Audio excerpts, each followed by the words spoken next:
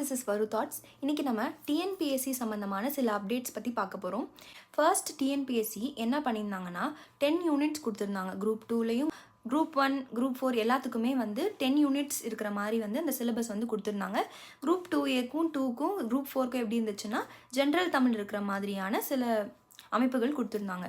ஆனால் இப்போ group 1 syllabus அப்படியே தான் இருக்குது. ஆனால் அந்த group 2 group 2A and group 4 இதெல்லாம் எப்படி மாற்றிருக்கிறாங்க, எப்படி குறைச்சிருக்கிறாங்கிறத இந்த வீடியோவில் ஃபுல்லாக கம்ப்ளீட்டாக பார்க்க போகிறோம்.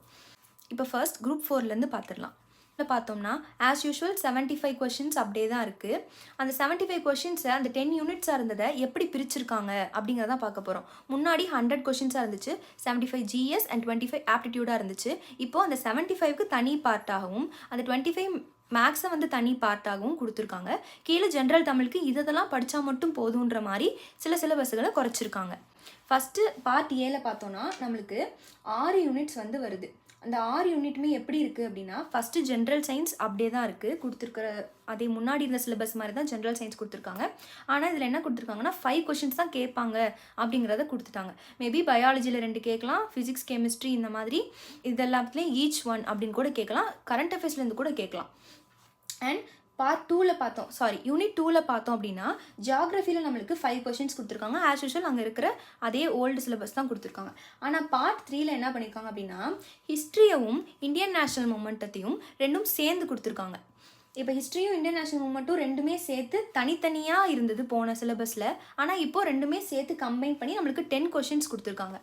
And as usual Indian polity தனியாக தான் இருக்குது, யூனிட் 4ல் இருக்குது. அண்ட் யூனிட் 5ல் என்ன பண்ணியிருக்காங்க அப்படின்னா இந்தியன் எக்கானமியும் and development administration in Tamil Nadu, அதாவது யூனிட் 9ஐயும் சேர்த்து கொடுத்துருக்காங்க.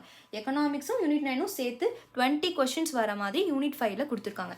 அண்ட் யூனிட் 6ல் பார்த்தோம் அப்படின்னா history, culture, heritage and socio political movement of Tamil Nadu, அதாவது யூனிட் 8 அந்த இது இருக்குல்லையே அது அப்படியே தான் கொடுத்துருக்காங்க. யூனிட் 6 வந்து கொடுத்துருக்காங்க. ஆனால் அதில் 20 கொஷின்ஸ். இப்போ நம்ம பார்க்க போகிறது என்ன அப்படின்னா எக்கனாமிலையும் யூனிட் 9லையும் படிக்க போகிறது விஷயத்தையும் அண்ட் யூனிட் 8ல் படிக்க போகிற விஷயத்தையும் நம்ம ரொம்ப கான்சென்ட்ரேட் பண்ணி படித்தோம் அப்படின்னா நம்மளுக்கு அந்த 75 மார்க்ஸில் வந்து நம்மளால் ஈஸியாகவே ஒரு 50க்கு மேலேயே நம்மளால் வாங்க முடியும். அண்ட் இன்னொரு விஷயம் நம்ம என்னென்னு பார்க்கணும் அப்படின்னா பார்ட் பி, அதாவது ஆப்டிடியூட் அண்ட் மென்டல் அபிலிட்டி. இதில் நம்ம என்ன பண்ணணும் அப்படின்னா முன்னாடி 10th யூனிட்டாக கொடுத்து எப்போவுமே 25 கொஷின்ஸ் அதில் கேட்டுருவாங்க. லாஸ்ட் டைம் வந்து 28 கேட்டிருந்தாங்க. அதே மாதிரி இந்த தடவை 25 தான் கொடுத்துட்டாங்க. ஃபஸ்ட்டு ஆப்டிடியூடில் 15 கொஷின்ஸ் ஆகும். அதாவது aptitude and mental ability unit 1ல் 15 கொஷின்ஸும் யூனிட் 2 ரீசனிங்கில் நம்மளுக்கு 10 கொஷின்ஸும் வந்து வருது. அண்ட் பார்ட் சி முன்னாடி என்ன பார்த்தோம், பார்ட் ஏல நம்மளுக்கு 75 பார்த்தோம், பார்ட் பியில் அந்த 25 பார்த்தோம், அண்ட் பார்ட் சி இந்த தமிழில் எவ்வளோ இருக்குன்னு பார்க்க போகிறோம்.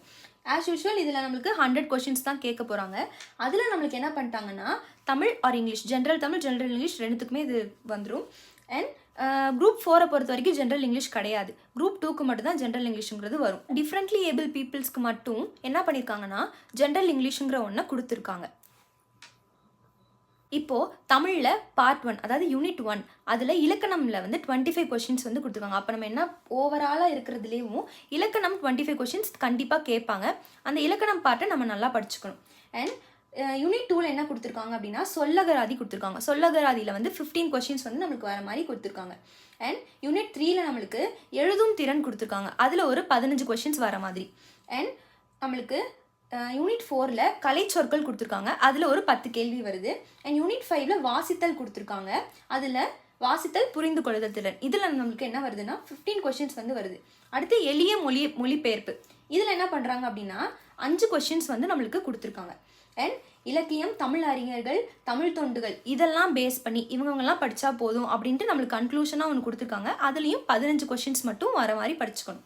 அதே மாதிரி இந்த 7 யூனிட்ஸை மட்டும் நம்ம படிக்கிறோம் அப்படின்னாலே போதும், நம்மளால் தமிழில் ஒரு 85-90க்கு மேலேயே வாங்க முடியும். And part A part B இந்த ரெண்டுத்துலேயும் நம்ம கான்சன்ட்ரேட் பண்ணுறோம் அப்படின்னா பார்ட் பியில் நம்ம மேக்ஸிமமாக 25க்கு 25 வாங்க பார்த்தோம் அப்படின்னா நம்ம ஜென்ரல் ஸ்டடீஸில் வந்து நம்ம வந்து ஒன்றும் அவ்வளோ பேர்டன் ஆயிக்க வேண்டாம். இதில் ஒரு 25, தமிழில் வந்து நம்மளால் ஒரு 90 போட முடிஞ்சால் ஓகே.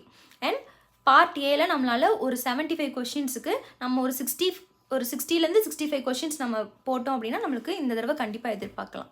குரூப் 4ல் பார்த்த வரைக்கும் நம்மளுக்கு ஜென்ரல் தமிழ் மட்டும்தான் கொடுத்துருந்தாங்க. ஃபிசிக்கலி சேலஞ்சு பீப்புளுக்கு மட்டும் இங்கிலீஷ் கொடுத்துருந்தாங்க. ஆனால் குரூப் 2க்கு அப்படி கிடையாது. ஜென்ரல் தமிழும் இருக்குது, சில விருப்பப்பட்டவங்க ஜென்ரல் இங்கிலீஷும் எடுத்துக்கலாம். ஆஸ் யூஷுவல் நம்மளுக்கு ஜென்ரல் ஸ்டடீஸ்க்கான அந்த 75 கொஷின்ஸ் வந்து அப்படியே தான் இருக்குது குரூப் 4ல் இருக்கிற மாதிரியே. அண்ட் அதே மாதிரி தான் இதில் ஜென்ரல் சயின்ஸு, ஜியாகிரஃபி, ஹிஸ்ட்ரி, அப்புறம் ஹிஸ்ட்ரியும் ஐஎன்எம்மும் ஒன்றா மெர்ஜ் பண்ணியிருக்காங்க. அண்ட் இந்தியன் பாலிட்டி இருக்குது, எக்கனாமியும் யூனிட் 9ம் சேர்த்து வச்சு ஒரு யூனிட்டாக கொடுத்துருக்காங்க. அண்ட் யூனிட் 8 கொடுத்துருக்காங்க. இந்த மாதிரியான இதுலேயும் 6 யூனிட்ஸ் அப்படியே நம்மளுக்கு வந்துடுது குரூப் 4ல் இருக்கிற மாதிரி.